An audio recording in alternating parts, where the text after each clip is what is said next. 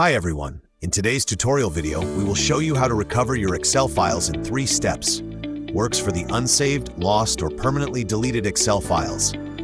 Open my test file folder on the D drive. There are 5 Excel files and they can open normally. To show you the whole process, now I just delete them.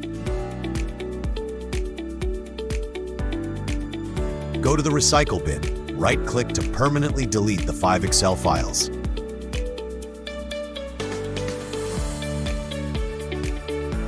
Now let's get those files back. Step 1. Launch Syncios Savior and scan the partition.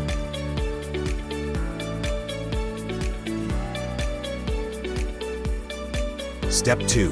Locate Excel files while scanning. We can go to Type, Documents, and XLSX to search for the deleted Excel files.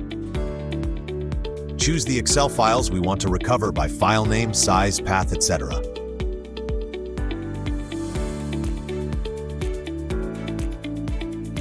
Step 3. Click to recover the 5 deleted Excel files and select an output path.